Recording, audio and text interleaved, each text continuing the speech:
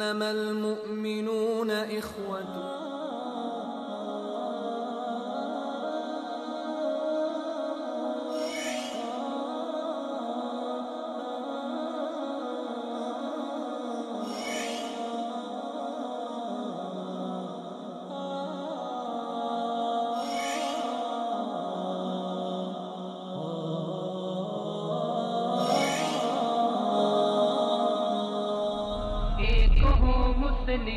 حرم کی پاسبانی کے لیے. السلام علیکم ورحمۃ اللہ وبرکاتہ. پروگرام ایک ہوں مسلم کے ساتھ میں ہوں آپ کا میزبان عبداللہ عالمزیب. ناظرین، عصر حاضر میں امت مسلمہ کو اتحاد کی جتنی ضرورت ہے شاید اتنی ضرورت اس سے قبل کبھی نہ تھی. اتحاد بین المسلمین کی افادیت اور اس کی اہمیت کے زمرے میں ایک تاریخی حوالہ پیش کرنا ضروری سمجھتا ہوں. دوسری صلیبی جنگ میں فرانس کے شاہ لوئی ہفتم نے جب اپنی فوج مسلمانوں کے مقابلے کے لیے بھیجی تو اس فوج کا 3/4 حصہ راستے میں سلجوقی مسلمانوں کے ہاتھوں تباہ و برباد ہو چکا تھا، اور پھر اس کے بعد اس باقی ماندہ فوج نے دمشق کا محاصرہ کرنے کی ایک فاحش غلطی کی. ناظرین، یاد رہے کہ اس صلیبی یلغار کے دوران دمشق کی ریاست اپنے ارد گرد کے صلیبی ریاستوں کے حلیف تھی، جبکہ حلب کی مسلم ریاست اس کی حریف تھی. لیکن جب اس صلیبی ریاست نے دمشق کا محاصرہ کیا تو حلب کے حکمرانوں نے سیف الدین زنگی اور نور الدین زنگی نے اپنے تمام تر اختلافات کو بلا کر دمشق کے مسلمانوں کی مدد کے لیے لپک پڑے، اور پھر ہوا وہی جسے تاریخ نے آج تک محفوظ کیا ہے کہ ایک بہت بڑی فوج کو مسلمانوں نے ٹکڑے ٹکڑے کر دیا اور انہیں شکست فاش ہو گئی. کہتے ہیں کہ تاریخ خود کو دہراتی ہے. آج اگر ہم حالات حاضرہ اور امت مسلمہ کا جائزہ لیں تو ہمیں یوں نظر آتا ہے کہ جس طرح صلیبی ریاست نے، صلیبی فوج نے دمشق کے مسلمانوں کا محاصرہ کیا تھا، آج بھی دشمنان اسلام نے ہر جگہ عالمی اسلام کا اس طرح محاصرہ کیا ہوا ہے. لیکن سوال یہ ہے کہ کیا تاریخ خود کو دہرا سکتی ہے؟ کیا جس طرح دمشق کی ریاست نے اور حلب کی ریاست نے اپنے اختلافات کو بلا کر ایک ہوئے تھے، کیا آج بھی مسلمان ایک ہو سکتے ہیں یا نہیں؟ جس طرح ایک بہت بڑی فوج کو شکست دی تھی مسلمانوں نے اتفاق اور اتحاد قائم کر کے، کیا آج بھی اسی طرح کا اتحاد اور اتفاق قائم کر کے مسلمان دشمنان اسلام کو شکست دے سکتے ہیں یا نہیں؟ یہ ایک چبھتا سوال ہے، اور معاشرے کے ذہن میں ایک یہ بھی سوال ہے کہ اتحاد بین المسلمین یہ ناممکن ہے. لیکن جب ہم تاریخ کو پڑھتے ہیں تو تاریخ سے ہمیں بہت کچھ ملتا ہے. آج ہم انہی تاریخی حوالات اور انہی تاریخی واقعات کو لے کر اس کا موازنہ کریں گے آج کے حالات کے ساتھ کہ جس طرح تاریخ نے ہمیں سبق دیا ہے، کیا ہم اس سے کچھ سبق سیکھیں ہیں یا نہیں. انہی حوالوں پہ بات ہوگی، اور پھر آخر میں ہم امت مسلمہ کو، عالمی اسلام کو، امت مسلمہ کے نوجوانوں کو، حکمرانوں کو اتحاد اور اتفاق کا ایک جامع میسج دیں گے. اس حوالے سے اور اس اہم ترین موضوع پہ بات کرنے کے لیے آج میرے ساتھ اسٹوڈیو میں تشریف فرما ہیں میرے معزز مہمان اور مشہور ادیب، شاعر اور کالم نگار. انہیں میں کتنے اوصاف سے متصف کروں تو بھی کم ہیں. تاریخ میں ایک گہرا ان کا مطالعہ ہے. آج تاریخی حوالات سے آج کے حالات کو موازنہ کریں گے جناب فاروق درویش بھٹ صاحب. میں انہیں خوش آمدید کہتا ہوں. فاروق صاحب، آپ آج کا جس طرح آج کی حالت ہے امت مسلمہ کی، اور اس سے پہلے ہماری ایک روشن تاریخ گزری ہے، اگر آپ تاریخ کے ایک دو مختصر سے حوالات دے کے اس کا آج کے ساتھ موازنہ کریں گے تو آپ کن دو حوالوں کو زیادہ ترجیح دیں گے جہاں پہ آپ کو اتفاق اور اتحاد کی ایک بہت بڑی جھلک نظر آتی ہو؟ سب سے پہلے تو السلام علیکم ورحمۃ اللہ وبرکاتہ. آپ کی وساطت سے تمام ناظرین کی خدمت میں سلام اور آداب پیش کرتا ہوں.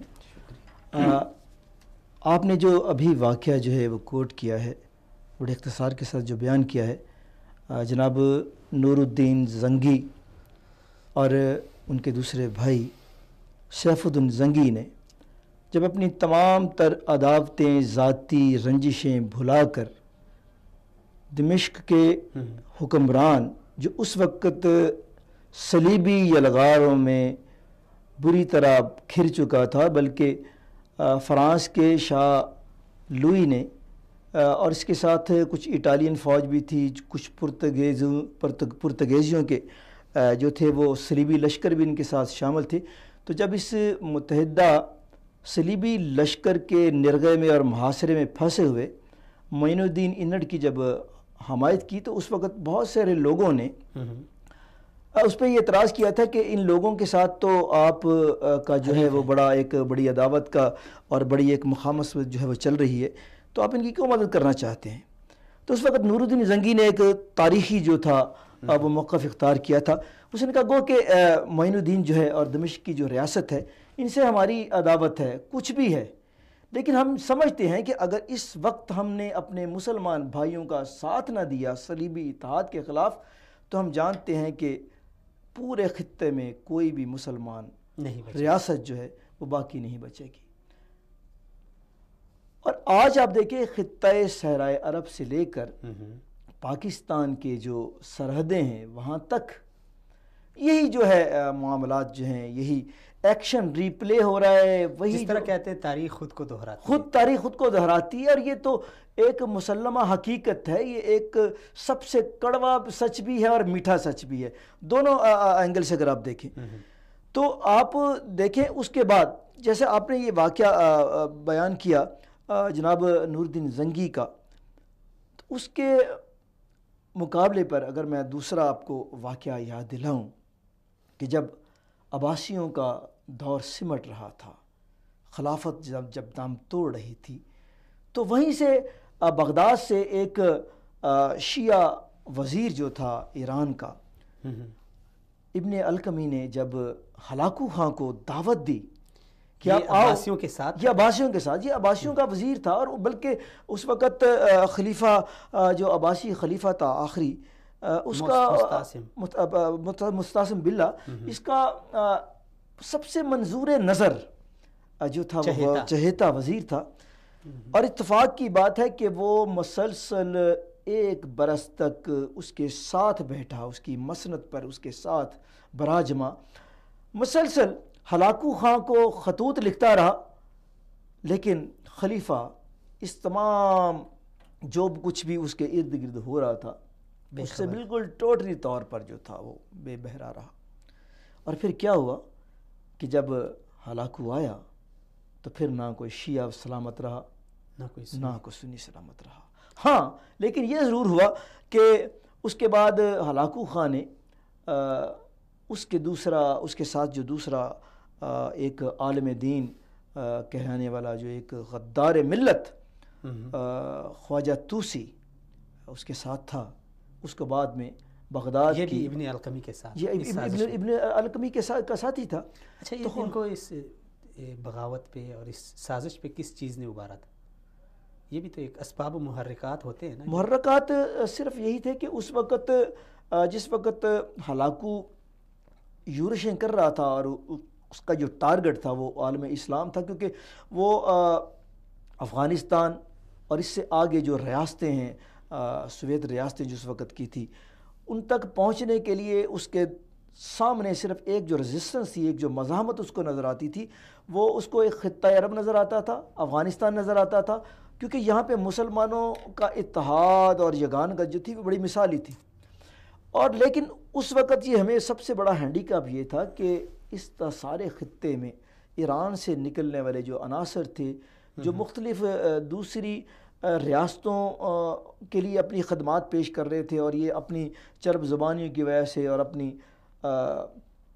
انہیں سازشیں بھی کہہ سکتے ہیں. مسلم امہ میں جو سازشیں شروع سے جو تھی وہ پنپ رہی تھیں، اور اس کی وجہ سے یہ لوگ جو تھے اکابرین ریاست کے بہت نزدیک ہو چلے تھے، اور ان کے قریب ہونے کے ساتھ ساتھ ان لوگوں نے مسلم امت میں شیعہ اور سنی کا جو تھا ایک تفرقہ اور تقسیم کرنے کے لیے جو مغرب کا ایک ہتھیار تھا اس کو استعمال کرنا شروع کیا تھا. اور اب دیکھیں بغداد ہو یا اس کے بعد قم ہو، مشہد ہو، جہاں پہ بھی مسلمانوں کو منگولوں کے ہاتھوں شکستیں ہوئیں، اس کا سب سے پہلا جو سبب تھا وہ یہی تھا کہ ہم شیعہ اکابرین جو ہیں وہ حق رکھتے ہیں، ان کو استحقاق حاصل ہے کہ وہ یہ وزارتیں لیں. دوسری طرف دوسرے لوگ جو وہ کہتے تھے کہ ہم سنی ہیں، یہ استحقاق رکھتے ہیں. لیکن پھر ہوا کیا کہ نہ شیعہ سلامت رہے نہ سنی سلامت رہے. یہاں پہ ایک سوال بنتا ہے کہ کہتے ہیں کہ گھر کو ہمیشہ گھر کے چراغ سے آگ لگتی ہے، اور یہ اس کی ایک مثال ہے. بالکل میں اس کی مثال ہے. آپ کیا سمجھتے ہیں کہ آج اگر کسی بھی آپ اسلامی ملک کو لے لیں، اس کے اندر ایک انتشار کا ایک ماحول ہے، انتشار کی ایک فضا ہے، تو اس میں بھی کیا گھر کے چراغ ہی ملوث ہیں یا گھر کے چراغ سے یہ آگ جل رہی ہے یا کیا؟ آپ انہیں گھر کے چراغ کہتے ہیں، میں انہیں اغیار کی کٹھ پتلیاں کہتا ہوں. آپ انہیں گھر کے چراغ کہتے ہیں، وہ گھر کے چراغ بھی ہیں، وہ گھر کے چراغ بھی ہیں، لیکن میری نظر میں وہ اغیار کی کٹھ پتلیاں ہیں. میں ہمیشہ اتحاد بین المسلمین کا علم بردار رہا ہوں. میری اول تا آخر جو سوچ ہے، میری فکر ہے، وہ صرف یہی ہے کہ جب تک عالم اسلام متحد ہے، صلیبی لشکر ہوں، طاغوتی طاقتیں ہوں، یہودی سازشیں ہوں، اگر ہم ان کے خلاف ایک ملت بن کر کھڑے ہیں، ایک امت بن کر کھڑے ہیں، کوئی طاقت دنیا کی جو ہے وہ ہمارا بال بھی کا نہیں کر سکتی، ہمیں کوئی نقصان نہیں پہنچا سکتی. لیکن جب اپنے ہی چراغ جو ہیں وہ جل کر اپنے ہی گھر کو آگ لگائیں، یا میری نظر میں، آپ کی نظر میں آپ اسے یوں قرار دیتے ہیں، میں تھوڑا سا کیونکہ سخت موقف رکھتا ہوں غدارین امت کے لیے، تو میں کہتا ہوں کہ جب اغیار کی کٹھ پتلیاں جو ہیں وہ اغیار کے اشاروں پر اتحاد عالم اسلام کو سبوتاژ کرنے کے لیے، اس کو نقصان پہنچانے کے لیے اپنی جو ہے وہ فرمودات جو ہیں، اپنے جو فلسفی جو ہے، اپنی منطقیں جو ہیں، اپنے جو دلائل جو ہیں، یا اپنی حکمت عملیاں جب لے کے آئیں گی، تو پھر میرے برادر حال وہی ہوگا جو سکوت بغداد میں ہوا، پھر حال وہی ہوگا جو آپ کا غرناطہ میں ہوا، پھر حال وہی ہوگا جب افغانستان میں جو ہے. مطلب یہ ہے، آپ کا مطلب یہ ہے کہ ابھی اتحاد بین المسلمین میں یہ عناصر رکاوٹ ہے. بے شک آپ دیکھ لیجیے، میں نہیں کہہ رہا، یہ تو اس وقت آپ کا جو مغرب کا مفکر ہے، مغرب کا جو دانشور ہے، وہ بھی یہی کہہ رہا ہے. کیونکہ میرا موقف یہ ہے کہ آپ دیکھیں کہ جب ایران پر اسماعیل صفوی کی فکر نے اپنا جو تھا وہ شر پھیلانے کی کوشش کی، تو اس وقت جب یہ حکم دیا گیا، احکامات یہ صادر کیے گئے مسند شاہی سے کہ جناب جو شخص تبرہ نہیں کرے گا، جو امہات مومنین کے بارے میں دشنام درازی نہیں کرے گا، اس کو ایران سے نکال دیا جائے گا. یہ صفوی نے کہا، یہ صفوی نے، اسماعیل صفوی نے جب یہ احکامات صادر کیے تو اس کو مزاحمت جہاں پر سنی علماء سے اور سنی عوام سے نے جب اس کے خلاف مزاحمت کی، تو ان مزاحمت کرنے والوں میں شیعہ حضرات جو تھے وہ بھی پیش تھے. اس وقت کے شیعہ علماء نے جو معتدل سوچ رکھتے تھے، جن کی سوچ یہ تھی کہ جب تک شیعہ اور سنی اتحاد برقرار نہیں رہے گا، ایران میں امن نہیں ہو سکتا، عالم اسلام میں امن نہیں ہو سکتا. وہ الحمدللہ وہ جو شیعہ لوگ تھے، میں ان کا نام جو ہے وہ سنہری حروف میں لکھتا ہوں، مجھے فخر ہے ان کی سوچ پر کہ ان شیعہ اکابرین نے، ان شیعہ علماء حضرات نے یہ موقف اختیار کیا تھا صفوی کے اس احکامات کے خلاف کہ جب تک ایران میں سنی اور شیعہ مسلم برادر جو ہیں یہ اکٹھے رہیں گے، اس وقت تک ایران میں بھی امن رہے گا، اور ایران کے ساتھ جو دوسری سرحدیں ہیں مسلمان ممالک کی ریاست وہ بھی محفوظ رہیں گی. لیکن افسوس در افسوس کہ صفوی کے ہاتھوں ان امن کے علم بردار جو شیعہ علماء حضرات تھے، ان کا بے دردی کے ساتھ قتل کر دیا گیا. اور اس کے بعد پھر کیا ہوا کہ عالم اسلام کے اتحاد کے علمبردار نہ وہاں پہ سنی زندہ رہے اور نہ شیعہ حضرات زندہ رہے. تو یہ بڑی تلخ سی حقائق ہے جن کو ہم لوگ بھول چکے ہیں. چلیں یہ تو تاریخ ہو گئی ہے. اب کیا اس طرح ممکن ہے جس طرح عالمی اسلام کا ایک نقشہ ہمارے سامنے ہے، جس طرح نور الدین زنگی اور سیف الدین زنگی معین الدین کی مدد کے لیے پہنچے، کہ آج بھی ایسے ممکن ہے کہ عالمی اسلام ایک دوسرے کے لیے اسی طرح قربانیاں دے؟ بے شک. اپنے یعنی معمولی اختلافات جو تھوڑے بہت ہیں مذہبی مسلکی، اس کو پس آپ دیکھیں اقبال کیا کہتے ہیں، خاص ہے ترکیب میں قوم رسول اللہ.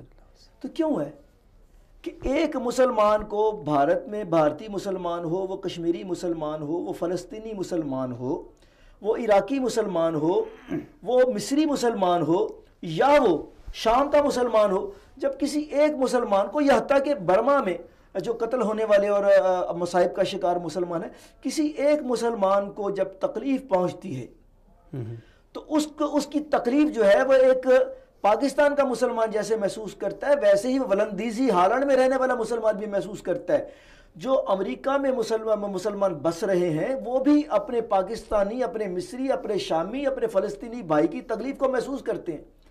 اس لیے کہ ہم پوری دنیا میں مسلمان کہیں بھی ہے، وہ بھارت میں ہے، وہ کشمیر میں ہے یا فلسطین میں ہے، وہ ایک امت ہے.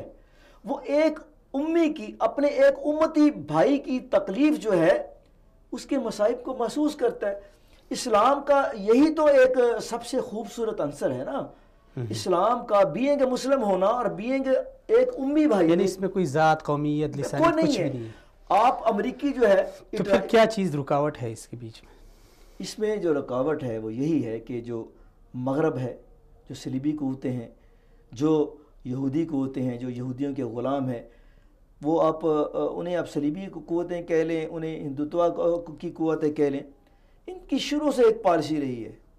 آپ برصغیر کی تاریخ کو دیکھ لیں، عالم عرب کی تاریخ کو دیکھ لیں، ایران کی قدیمی تاریخ کو دیکھ لیں، تقسیم در تقسیم کرنے کی جو پالیسی ہے، اور یہاں بھی تقسیم در تقسیم کرنے کی جو پالیسی ہے، وہ اس پالیسی کے تحت کون جو ہے وہ عمل کر رہا ہے اور کون رد عمل کر رہا ہے آپ کے سامنے ہے.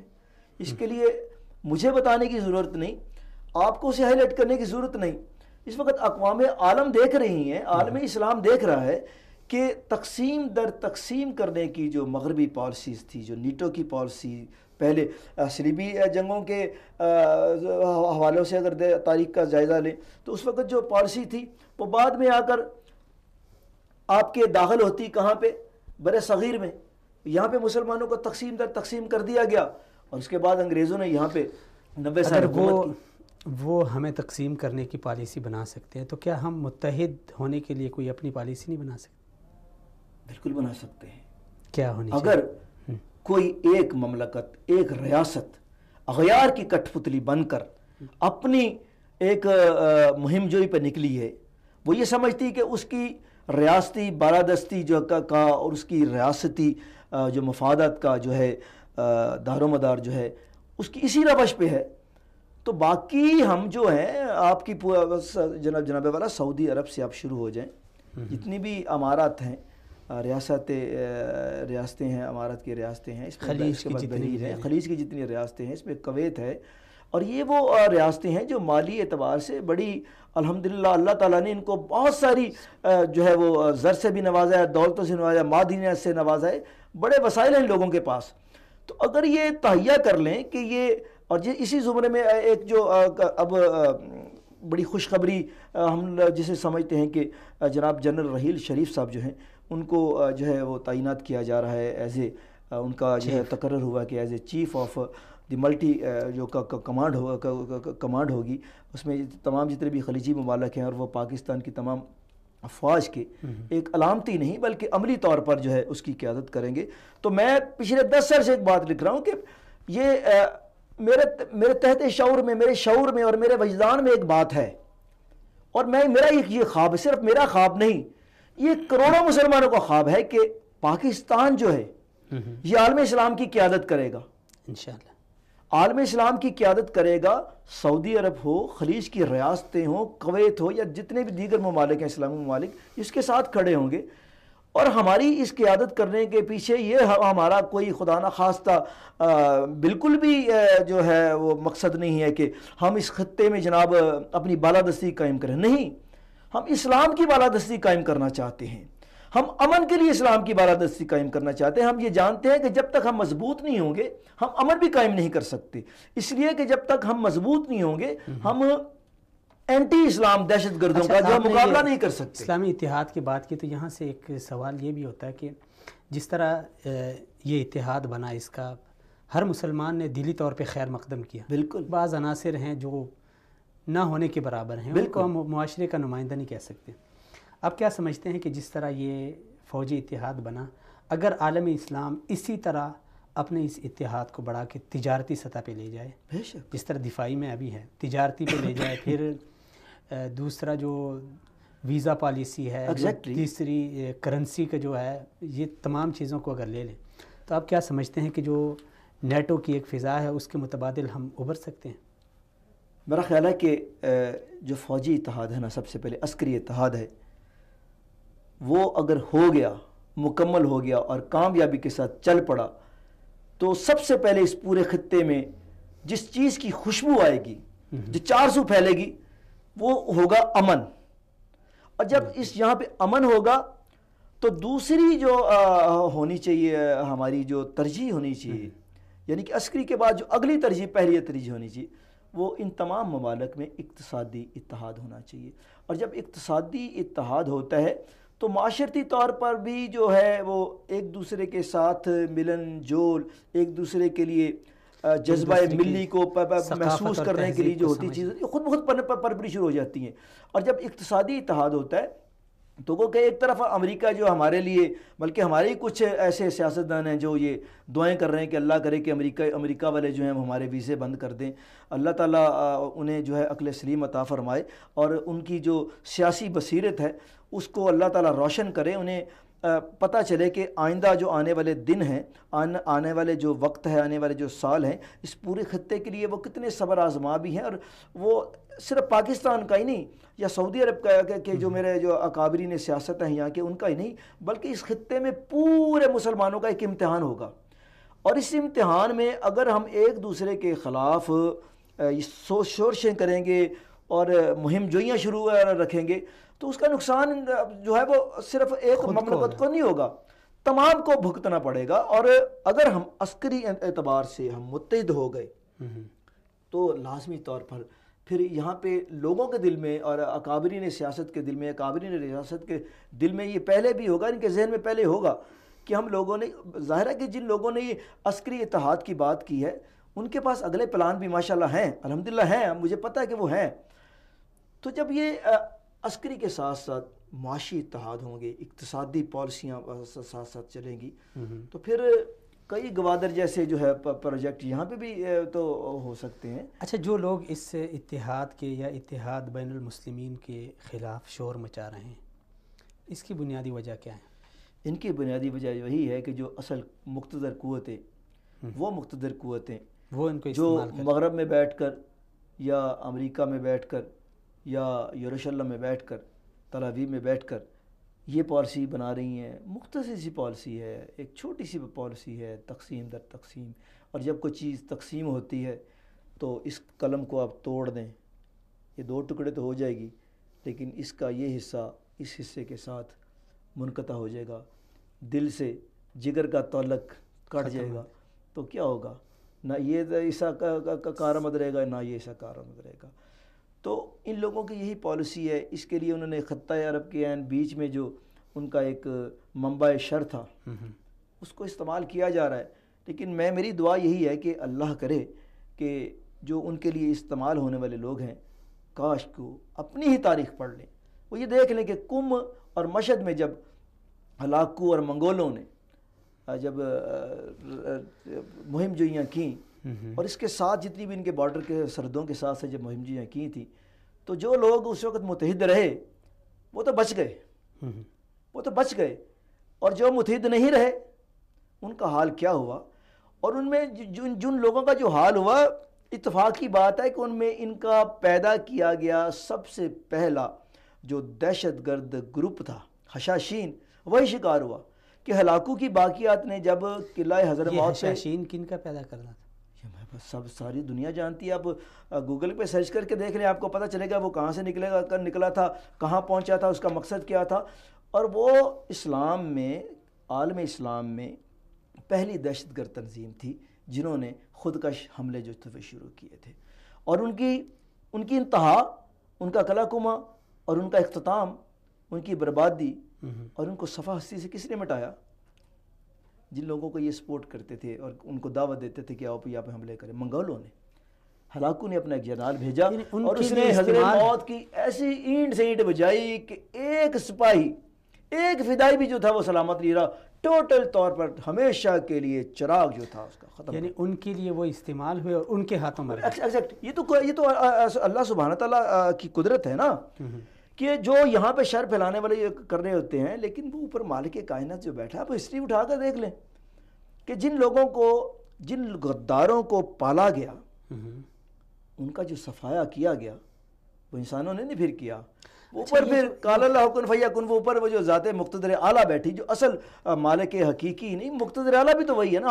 ہم اور آپ تو اس کے خلیفہ ہیں. مجھے ایک ترس سا آ گیا نا آپ کی اس بات پہ کہ ابھی پاکستان میں بھی ایسے عناصر بہت ہیں جو دیگر ممالک کے لیے کام کر رہے ہیں یا ان کے لیے استعمال ہو رہے ہیں. جی ہاں. تو کیا ان کا مستقبل بھی یہی ہوگا جو ان حشاشین کا تھا؟ سر مجھے بہت, آپ نے اس دن بھی ایک ذکر کیا تھا کہ جیسے کہ کوئٹہ میں میرے جو ہزارہ مسلمان بھائی ہیں, ان پہ جب حملے ہوتے ہیں, ان کی جب ہلاکتیں ہوتی ہیں, شہادت ہوتی ہیں لوگوں کی, تو میرا دل بہت جلتا ہے, روتا ہوں میں باخدا. اکثر ایسا ہوتا ہے کہ رات کو جب سین یہ چل رہے ہوتے ہیں تو میں رو رہا ہوتا ہوں. ان کی ہلاکتوں پہ روتا ہوں نا, تو ساتھ میں اتحاد عالم اسلام پہ روتا ہوں. لیکن پھر میں دیکھتا ہوں کہ یہ تاریخ ہے. آج سے اگر آپ صرف 30 سال پہلے چلے جائیں نا, تو آپ دیکھیں یہی جو ہزارہ قبائل تھے اور یہی جو بابا عبدالعلی مزاری جو تھا, یہ وہاں پہ طالبان لوگوں کو نہیں, صرف عام جو افغان لوگ تھے ان کی جسموں میں پٹرول بھر کے آگ لگا کے ڈیتھ ڈانس کرواتا تھا. تو اب تاریخ دیکھیں, اب اس میں گو کہ جو لوگ ان پہ حملہ کرتے ہیں, میں اس کی شدید مذمت کرتا ہوں. یہ سب غلط ہے. قانون کو اپنے ہاتھ میں لینا یا انتقامی کارروائی کرنا جو ہے نا, یہ سب سے بڑی جو ہے وہ غلط روش ہے. لیکن دیکھیں کہ وہ جو لوگ ہیں, اب ان کی باقیات بھی تو ہے نا, تو اس سے کیا ہوتا ہے, جو میں آپ کو جو میرا میسیج ہے وہ کیا ہے کہ نفرتیں جو ہیں یہ اگلی نسلوں تک جاتی ہیں. نسل در نسل جب نفرتیں جب جاتی ہے نا, تو اس کا نتیجہ پھر یہ نکلتا ہے. تو آج جو خلیجی ممالکوں کے ساتھ جو ممالک جو ہیں, کہیں یمن میں اور کہیں عراق میں, کہیں شام میں, جو اپنی یہ ساری جو سوچ ہے, اپنی فکر کو اپنا حق سمجھ کر اور اپنی ان مہم جوئیوں کو اپنا حق سمجھ کر جو تفرقہ بازی کی فضا پھیلا رہے ہیں, وہ تو جناب آپ کو پارا چنار میں بھی نظر آ رہی ہے. کیا آپ نے دیکھا نہیں کہ پارا چنار میں تہہ خانوں سے اسلحہ پکڑا گیا؟ آپ کو نہیں پتا کہ وہ جو تہہ خانوں سے اسلحہ پکڑا جا رہا ہے اس پہ سٹیمپس کہاں کی لگی ہوئی ہیں؟ وہ جو لوگ ہیں جو امام بارگاہیں ہیں, ان امام بارگاہوں کے تہہ خانوں میں جو اسلحہ جمع کیا جا رہا ہے, وہ کس کے لیے جمع کیا جا رہا ہے؟ اس کا نتیجہ کیا نکلے گا؟ ذرا اس کے بارے میں سوچئے. اور پھر دیکھیے کہ جو اگلی نسل کو جو نفرتیں جو ہیں وہ ٹرانسفر کی جا رہی ہیں, اس میں تمام جتنا بھی امن عامہ ہے یہ سارا جل کے راکھ سر ہو جائے گا, خاک سر ہو جائے گا, کچھ نہیں بچے گا. تو میں پھر ایسے عناصر کی خدمت میں جو ہے وہ التماس کرتا ہوں, اپیل ہے میری ان لوگوں سے کہ جو اتحاد عالم اسلام کو سبوتاج کرتے ہوئے یہ جو اپنی فکر پھیلا رہے ہیں کہ جناب یہ ایک پراکسی وار ہے, یہ پراکسی وار نہیں ہے. یہ اس پورے خطے میں امن کو قتل کرنے کی, امن کو آگ لگانے کی ایک سازش ہے. اور اللہ تعالیٰ حرمین شریفین کو, پاکستان کو اور اس پورے خطے کو, خطہ عرب کو اللہ تعالیٰ اس آگ سے محفوظ رکھے, اس امن دشمنی سے محفوظ رکھے, اس فکر سے محفوظ رکھے. چلیں ابھی کوئی میسیج آپ نے دے دیا, ایسے لوگوں کو تو آپ نے میسیج دے دیا کہ انہیں چاہیے کہ وہ عالمی اسلام کے اتحاد کو اور اس کی امن و سلامتی کو مد نظر رکھ کے ایسے کارروائیوں سے رک جائیں. ابھی عالمی اسلام کے اتحاد میں اگر آپ مسلم حکمرانوں کو کوئی میسیج دینا چاہیں؟ مسلمان حکمرانوں کے لیے میرا ایک ہی میسیج ہے.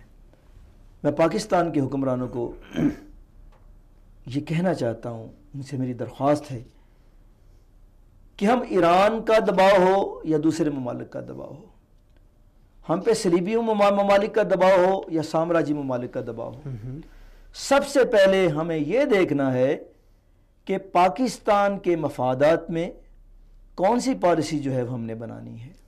ہم نے ایران کی ریاست کے مفادات کو مد نظر نہیں رکھنا، ایران کی خواہشات کو مد نظر نہیں رکھنا. ہم نے سب سے پہلے اپنا تحفظ کرنا ہے. ہم نے یہ دیکھنا ہے کہ پاکستان کی ریاست کے مفاد میں کون سی پالیسی ہے. گو کہ خواہ اس کا اگر ایران اس کا دشمن بھی ہے نا اس پالیسی کا، لیکن اگر ہم یہ سمجھتے ہیں کہ یہ پالیسی جو ہے یہ پاکستان کی ریاست، پاکستان کی سلامتی اور پاکستان کی عوام کے حق میں ہے، اس کے لیے بہتر ہے، اس کے مفاد میں ہے، تو ہمیں وہ پالیسی اپنانی ہے چاہے سارا زمانہ اس کا دشمن ہو. اور دوسری بات یہ میں عرض کرنا چاہتا ہوں، ہمیں سعودی عرب سے دوستی کے بارے میں، سعودی عرب سے تعلق جوڑتے ہوئے اور سعودی عرب سے اپنی انٹریکشن بناتے ہوئے ایک بات کا خاص طور پر خیال رکھنا ہے، یاد رکھنا ہے ہمیں کہ ہر آڑے وقت میں، ہر مشکل وقت میں وہ سعودی عرب تھا کہ جس نے ہمیں ہر مشکل وقت میں ہمارا ساتھ دیا ہے، ہمیں مفت پیٹرول بھی فراہم کیا ہے، ہماری عسکری قیادت کو بھی پوری بھرپور سپورٹ کی ہے، اور پاکستان کے دفاعی اخراجات میں بھی سعودی عرب نے ہمیشہ پاکستان کی مدد کی ہے.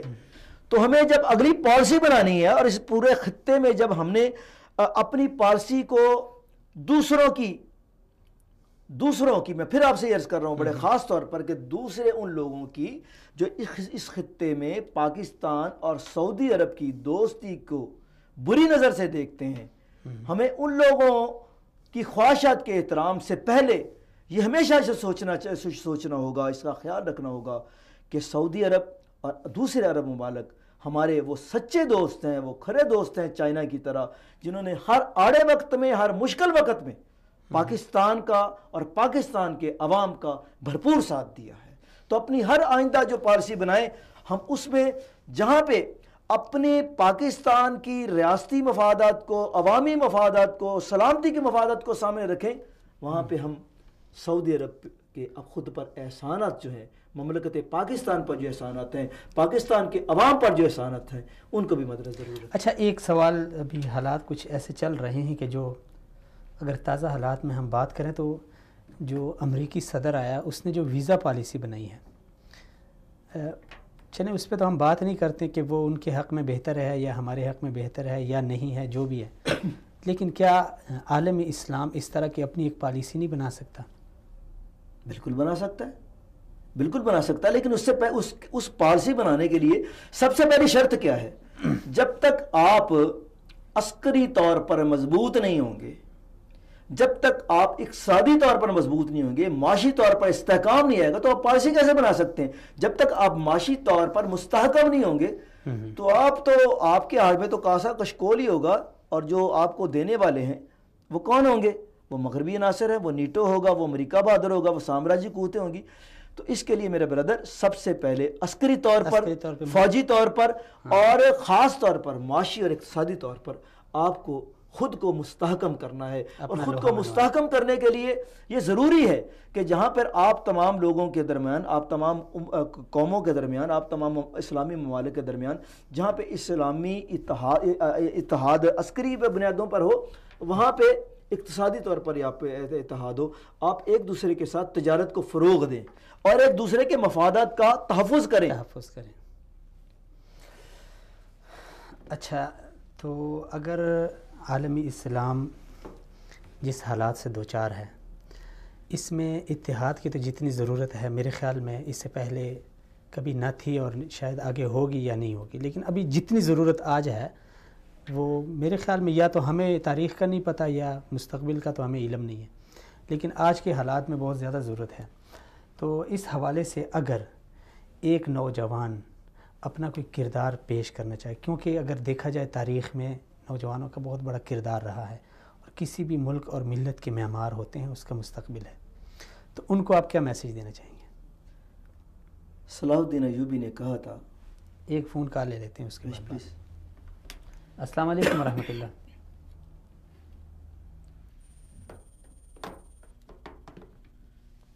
چلیں بات جاری۔ صلاح الدین ایوبی نے کہا تھا کہ جو قوم جنسی اعتبار سے، جس قوم کے نوجوان جنسی اعتبار سے ڈیفالٹر ہو جائیں، شہوت پرستی ان کا زیور بن جائے، ان کی عدت بن جائے، ان کی عادت بن جائے، ان کی خصلت بن جائے، اور ان کو جنسیات کا نشہ لگا دیا جائے، وہ کسی طور بھی، کسی وقت بھی کسی کام کی نہیں رہتی۔ اس پہ غلبہ پانا جو ہے نا غیار کے لیے سب سے آسان کام ہوتا ہے۔ آج کا نوجوان تعلیم سے دور تو ہے، وہ کمپیوٹر کی لینگویج تو سیکھ رہا ہے، وہ جدید علوم تو سیکھ رہا ہے، وہ دین کی دینی جو تعلیم ہے، دینی تعلیم میں نہیں کہتا کہ وہ تفسیر یا کلام پاک کا جو ہے ترجمہ جو ہے وہ پڑھے، اگر وہ اس کے پاس وقت ہے تو وہ بھی پڑھ کے دیکھ لے، اسے پتہ چل جائے گا، تفسیر پڑھ کے دیکھ لے۔ اگر اس کے پاس یہ وقت نہیں ہے تو کم از کم وہ اپنے اکابرین کی جو ہے تاریخ ضرور پڑھ لے، وہ اپنے اسلاف کی تاریخ ضرور پڑھے، اس کو ہر چیز وہاں پہ جو ہے وہ ملے گی۔ اچھا، ایک تاریخ کی آپ نے بات کی تو ہمیں زیادہ تر اپنی تاریخ سے دور رکھا جاتا ہے۔ اگر ہم اپنی کتابی نصابوں میں دیکھ لیں، یعنی تعلیمی نصاب میں، تو ہمیں علی بابا 40 چور، سندباد، پتہ نہیں عجیب و غریب جو ہے نا، بلکہ اب تو دیکھیں کہ سلطان صلاح الدین ایوبی کی جو داستانیں ہیں نا، یا نصابی کتابوں میں سے ان کے جو مضامین ہیں، اقبال کے مضامین حذف کیے جا رہے ہیں، اس کے ساتھ ساتھ سلطان صلاح الدین ایوبی کے جو مضامین ہیں وہ حذف کیے جا رہے ہیں۔ اور مضامین کون سے آ رہے ہیں؟ بادشاہ خان کے مضامین آ رہے ہیں۔ محمد بن قاسم غائب ہو گیا ہے، بادشاہ خان آ گیا ہے، ٹھیک ہے۔ رابعہ بصری کے مضامین جو ہے وہ ختم ہو گئے ہیں، ملالہ جی آ گئی ہیں۔ تو یہ پیغام کیا دیا جا رہا ہے؟ اس لیے کہ اس وقت آپ کے جو نظام تعلیم کو جو ڈیزائن کر رہے ہیں، آپ کا جو نصاب ڈیزائن کر رہے ہیں، وہ تو صلیبی غلام ہیں، ان کو ڈکٹیشن دی جاتی ہے کہ جناب جو نئی نسل ہے ان سے اسلامی سپرٹ جو ہے، اسلام کی جو روح ہے، روح جہاد جو ہے، اب جب جہاد کو صرف آپ یہ کہیں کہ جہاد تو دہشت گردی ہے، تو مجھے بتائیں کہ جب صلاح الدین ایوبی نے بیت المقدس فتح کیا تو اس نے تو پورے شہر کو امان دی، اور اس کے سامنے جو لوگ یہ کہتے ہیں جی اسلام میں جو جہاد کے نام پر یہ دہشت گردی ہوتی ہے، تو میں سے بڑا مختصر سوال کرتا ہوں کہ 7 صلیبی جنگوں کی آپ تاریخ دیکھ لیں، اٹلی، فرانس، برطانیہ اور جرمنی، یہ چاروں کے شہنشاہ اپنے اس وقت کے جو بھی ان کا جو چیف پادری ہوتا تھا اس کے حکم پر نکلتے تھے، اور یہ ہزاروں میل کا سفر طے کرتے ہوئے جناب خطہ عرب میں آتے تھے۔ کیا کبھی ایسا ہوا کہ مسلمانوں نے سلطان صلاح الدین ایوبی نے یا نور الدین زنگی نے یا انڑ نے یا سلجوقی نے ان پہ جا کے حملہ کیا ہو؟ کبھی بھی نہیں۔ یہ ہمیشہ ایسا ہوتا رہا کہ یہ تمام لوگ اپنے ملکوں سے نکلتے تھے، اور مشترکہ جو تھے ان کے لشکر جب آتے تھے تو یہی مسلمانوں پہ حملہ ور ہوتے رہے، دہشت گردی پھیلانے تو یہ آتے رہے ہیں۔ افغانستان میں بھی جب آئے تو یہی آئے، اور اب انہی کے روش پہ، انہی کے طریقہ کار پہ آپ دیکھیں کہ ایران اپنی مملکت سے نکلتا ہے، یمن میں پہنچ کے حملہ ور ہو رہا ہے، ایران اپنی نکلتا ہے، اور جناب ایران کے جو حاضر سروس جرنیل ہیں وہ شام میں بھی تو فعال ہیں، عراق میں بھی فعال ہیں، لیبیا میں کیا فعال نہیں تھے؟ حلب میں کیا ایران کے جو ہیں وہ جو جرنیل اور ان کی سپاہ جو نہیں لڑ رہی؟ تو جو صلیبیوں کا شعار رہا ہے، جو ان کا طریقہ کار رہا ہے، جو ان کی روش رہی ہے، اور جس مزاج کی ان کی مہم جو رہی ہے، سیم مہم جوئی کا جو انداز ہے اس وقت میرے ایرانی بھائی جو ہیں مسلم برادرز، یہ وہاں اپنے خطے سے نکل کے، اپنے مملکت سے نکل کے، تو میں ان سے ایک سوال پوچھتا ہوں، آپ مجھے بتائیں کیا کسی مملکت کو یہ حق ہے کہ وہ اپنی مملکت سے نکلے اور اس کی سپاہ جو ہے ارد گرد کے جتنے ہمسایہ ممالک ہیں وہ وہاں پہ یہ سمجھے کہ اس کا یہ حق ہے کہ اس کی فوجیں جو ہے وہاں پہ بھی کارروائی کر سکتی ہیں؟ یہ بالکل ایسے ہی ہے جس طرح پچھلے دنوں میں بھارت مافیا نے ایک بڑا شور مچایا تھا جی، وہ اسٹریٹجک جو ہے وہ اسٹرائک ہم نے کر دی ہیں، یہ کر دی، وہ کر دی ہیں۔ تو پاکستان ایک ایٹمی قوت ہے، پاکستان ایک صرف ایٹمی قوت نہیں ہے، پاکستان 20 کروڑ مسلمانوں کا وہ جنونی ایٹم بم ہے جس کا ہر ایک پاکستانی جو ہے وہ ایک ایٹم بم بن کے بھارت اور پاکستان کی طرف بری نظر سے دیکھنے والا جو شخص ہوگا اس کو ملیا میٹ اور جو ہے اس کو شمشان گھاٹ بنا دے گا۔ تو اسی طرح ایران کو کم از کم یہ سوچنا چاہیے کہ ہم اس کے ساتھ ہم اس کے برادر اسلامی ملک ہیں، پڑوس میں بیٹھے، ایک پڑوس میں بھی بیٹھے ہوئے، پھر ہمارا اس کا ایک ملت کا رشتہ ہے۔ تو بجائے بھارت کے ساتھ چار بہار کی بندرگاہ پہ وہ اس کے ساتھ کام کرے تو اس کا فرض بنتا ہے کہ ہم سے جو ہے وہ متحدہ طور پر جو ہے وہ کام کرے اقتصادی معاملے میں۔ اس کو چاہیے کہ سی پیک کو جو ہے اس کی پذیرائی کرے، اس کے ساتھ اشتراک عمل ہمارے ساتھ کرے، تاکہ ہم مل کر ایک ایسا جو ہے یہاں پہ سینیریو اور ایک ایسا جو ہے منظر بنائے کہ تمام مسلمان آپس میں بھائی بھائی بن کر اتحاد عالم اسلام کا پرچم اٹھائے، اور اس سے پورے خطے میں جو ہے وہ امن پھیلے گا، پورے خطے میں امن کے لیے جدوجہد کریں۔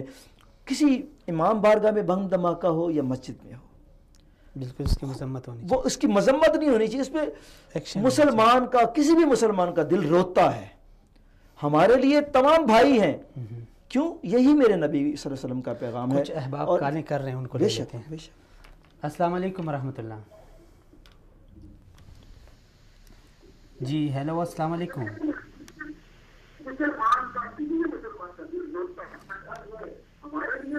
ہلو جی جی بھائی جان، کون کہاں سے بات کر رہے ہیں؟ ہلو جی جی آواز آ رہی ہے آپ کی، آپ کون بات کر رہے ہیں؟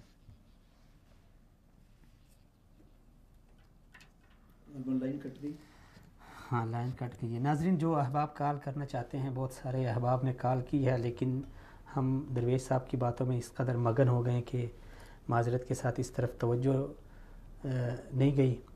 تو جو احباب کال کرنا چاہتے ہیں، ابھی ہمارے پاس کچھ ٹائم بچا ہے، اس میں آپ کال کر سکتے ہیں، اور جو بھی آپ کے سوالات ہیں درویش صاحب سے آپ ان کے سامنے رکھ سکتے ہیں۔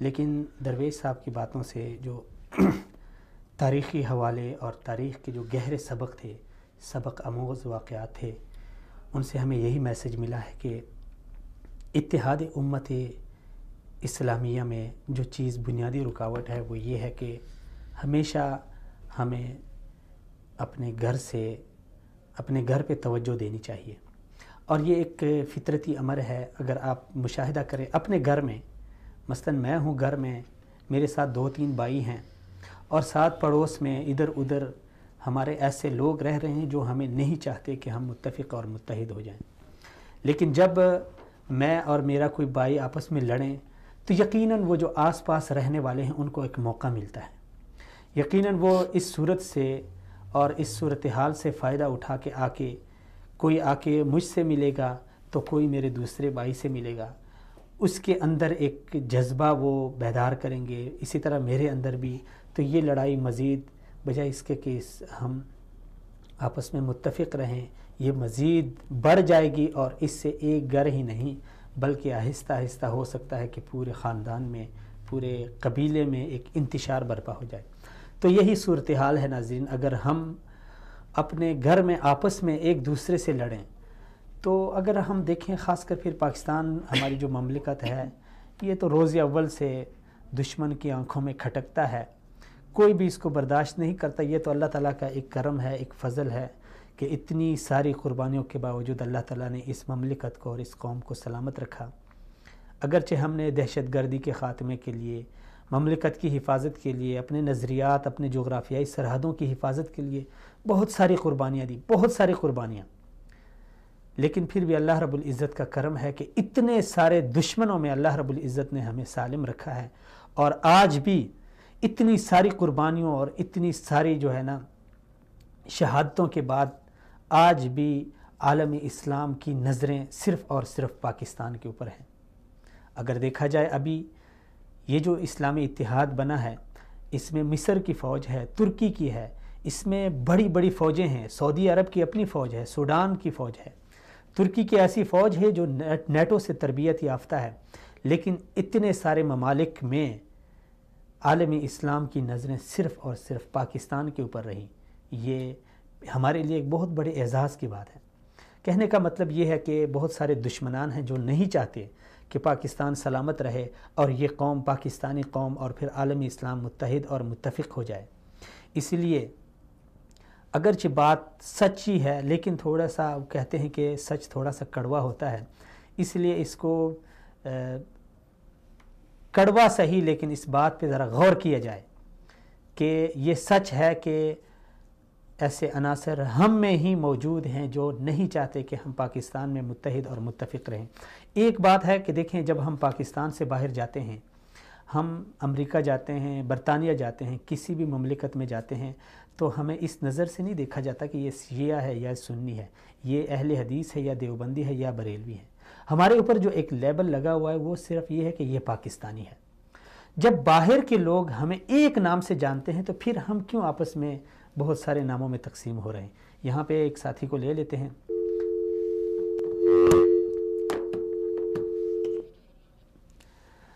تو جب ناظرین باہر کی دنیا، جب ساری دنیا ہمیں ایک نام سے جانتی ہے تو پھر ہم نے اپنے مختلف نام کیوں رکھے ہیں؟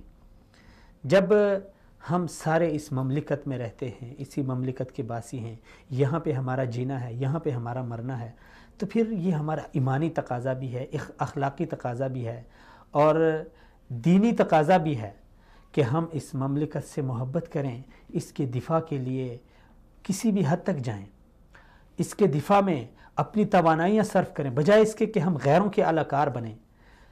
کچھ ہی پیسوں کے لیے، دنیا کی کچھ دولت کے لیے ہم اپنا ضمیر بیچ دیں، ہم اپنی قوم کو داؤ پہ لگائیں، ہم اپنے خون کو بہائیں، ہم اپنی ملت کو تباہ کریں.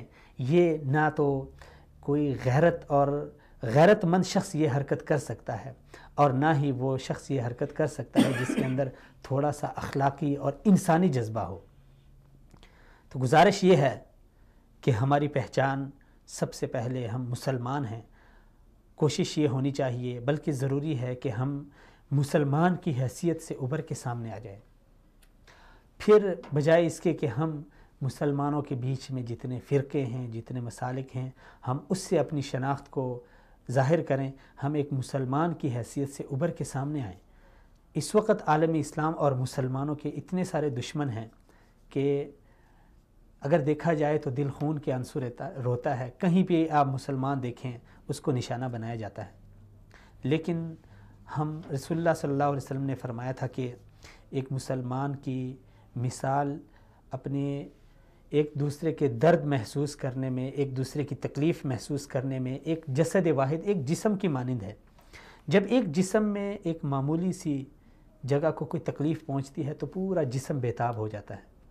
آج ہم دیکھیں ہمارے جسم کہیں پہ کٹ رہے ہیں، ہمارے بازو کہیں پہ کٹ رہے ہیں، ہماری ٹانگیں کہیں پہ کٹ رہی ہے، ہمارے کان کٹ رہے ہیں، ہمارے جسم کے ٹکڑے ٹکڑے ہو رہے ہیں، لیکن ہم درد بالکل محسوس نہیں کرتے. یہ بھی ایک سوچنے والی بات ہے کہ کیا وجہ ہے. کیا ہمارے اندر وہ ایمان نہیں ہے، یا ہمارے اندر وہ احساس نہیں ہے، یا رسول اللہ صلی اللہ علیہ وسلم نے جو امت کو جسد واحد کہا تھا ہم اس سے انحراف کر گئے ہیں. تو بہت ساری ایسی وجوہات ہیں جو ہمیں مجبور کرتی ہے. حالات کا تقاضا ہے جو ہمیں حالات کا یہ تقاضا ہے کہ ہم متفق ہو جائیں، متحد ہو جائیں، اپنے تمام تر اختلافات کو پس پشت ڈالیں. السلام علیکم ورحمۃ اللہ. وعلیکم السلام ورحمۃ اللہ. جی بھائی، کون کہاں سے بات کر رہے ہیں؟ جی میں بلال بات کر رہا ہوں لاہور سے. جی بلال بھائی فرمائیے، کیا کہنا چاہیں گے آپ؟ جی میرا سوال ہے، اگر آپ لائف چلا دیں. کن سے آپ کا سوال ہے؟ جی فاروق صاحب سے یا مجھ سے؟ جی میں بلال بات کر رہا ہوں لاہور سے. جی جی سوال، آپ اپنا سوال کریں. جی میرا یہ سوال ہے کہ پاکستان میں جو اس وقت علماء حکمت عملی اپنانی چاہیے.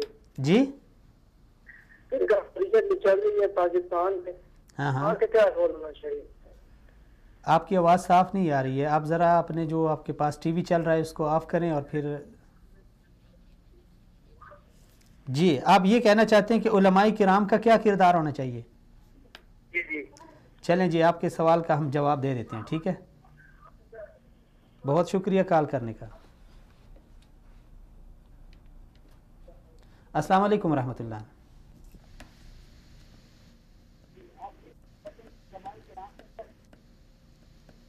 جی بھائی السلام علیکم.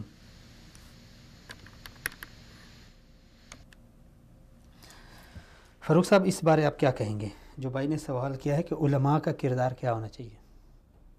میرا خیال ہے کہ جس دن ہماری قوم کے نہیں عالم اسلام کے علماء میں اتحاد ہو گیا، یگانگت ہو گئی، اور ان لوگوں نے اپنے اپنے مسالک کو بھول کر یہ دل میں تہیہ کر لیا اس بات کو اس روشنی کے پیغام کو پھیلانے کا کہ ہم سب ایک ہیں، ایک نبی کی امت ہیں، ایک اللہ سبحانہ تعالیٰ کے ماننے والے ہیں، ایک ہماری کتاب ہے جو ہمارے لیے مشعل راہ ہے. اور یہ پیغام جب انہوں نے آفاقی طور پر پھیلانا شروع کر دیا نا تو ہمارے سارے دکھڑے جتنے بھی ہیں نا سارے ختم ہو جائیں گے. اور جب ایک کالی پگڑی والے کا پیغام اور ہوگا، سفید پگڑی والے کا اور، سبز والے کا اور، تو پھر بات نہیں بنے گی. ہلو جی السلام علیکم. وعلیکم السلام، کیا حال ہے بھائی؟ الحمدللہ بھائی جان، کیسے ہیں آپ؟ خیریت سے؟ کون کہاں سے بات کر رہے ہیں؟ بالکل سعودیہ سے بات کر رہے ہیں بھائی جان. جی نام کیا ہے آپ کا؟ نام میرا بھائی رحیم داد ہے. رحیم داد. جی رحیم داد بھائی کیا کہنا چاہتے ہیں آج کے پروگرام کے حوالے سے، آج کے موضوع کے حوالے سے؟ بس یار آپ کا پروگرام بہت شوق سے سن رہے ہیں اور آپ قرآن اور حدیث سے بات کر رہے ہیں. بہت شکریہ. اس سے ہمارا بہت فخر ہے. بہت شکریہ، سلامت رہیں. بہت شکریہ کال کرنے کا، خوش رہیں. اور اس سے لوگوں کا اصلاح ہو جاتا ہے، لوگوں کا اصلاح. بہت شکریہ، بہت شکریہ، بہت نوازش آپ نے کال کی. السلام علیکم ورحمۃ اللہ. وعلیکم السلام. جی بھائی کون؟ الحمدللہ. کون کہاں سے بات کر رہے ہیں؟ خانزادہ سعودی عرب سے بات کر رہا ہوں. جی خانزادہ خان، کیا کہنا چاہتے ہیں آپ؟ یہ میں اگر بھائی سے بات کرا دیں تو جی سن رہے ہیں، وہ سن رہے ہیں، فاروق صاحب بات سن رہے ہیں، فرمائیے. جی اس کا پروگرام تو بہت اچھا ہے اور بھائی لوگ بات کرتے تاریخ پہ. جی لیکن اگر اس پہ بات کریں کہ ہم لوگوں نے کیا نام ہے صوبے بنوائے ہیں، 4 صوبے بنوائے ہیں نا. اس میں 4 قوم رہتے ہیں، پٹھان اور پنجابی اور سندھی. اور میں بولتا ہوں یہ سندھی اور یہ پٹھان یہ صوبے ختم کر لے، ایک 1 یونٹ بنا لے، 1 یونٹ. اور کیا نام ہے ایک مذہب اسلام کا، تو یہ پاکستان ترقی بھی اچھا کرے گا اور ہمارے مسلمانوں کے لیے اچھا بھی ہوگا. زبردست سوچ ہے آپ کی، بہترین. جی یہ صوبے ختم کر دیں کہ پٹھانوں کا اور پنجابیوں کا، اور اسی پہ ہم لوگوں کو یہ یہود و نصارہ چاہتے ہیں، اور اسی پہ اپنے انگلیوں پہ پٹھانوں کو پنجابیوں کو خلاف کرتے ہیں اور سندھیوں کو بلوچوں کے خلاف کرتے ہیں. اور ہم لوگ بولتے ہیں کہ ہم بلوچستان میں یہ ختم کر دیں جیسے صدر ایوب خان کے زمانے میں 1 یونٹ تھا، ایک وزیر اعظم ہو، ایک وزیر اعلیٰ ہو. جی بہت شکریہ کال کرنے کا. آپ کی اس رائے پہ بات کریں گے فاروق صاحب. السلام علیکم ورحمۃ اللہ. السلام علیکم. وعلیکم السلام ورحمۃ اللہ. جی بھائی کون کہاں سے؟ جی میں مراد علی بات کر رہا ہوں اپردیش رنگل سے. کہاں سے؟ اپردیش رنگل سر. کون بات کر رہے ہیں؟ نام کیا ہے آپ کا؟ مراد علی بات کر رہا ہوں سر. جی مراد بھائی کیا کہنا چاہتے ہیں آپ؟